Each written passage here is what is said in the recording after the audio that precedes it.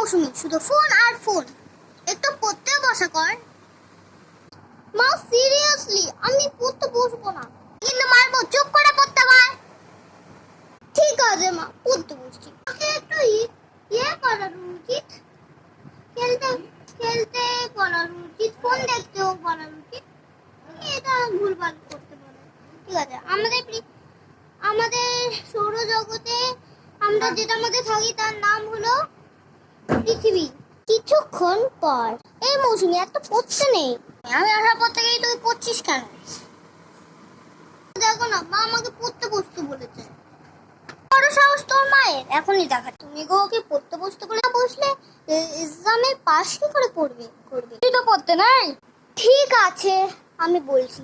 এই মৌসুমি আর পড়তে হবে না, থাক। তোমরা কি দেখছো? লাইক করো।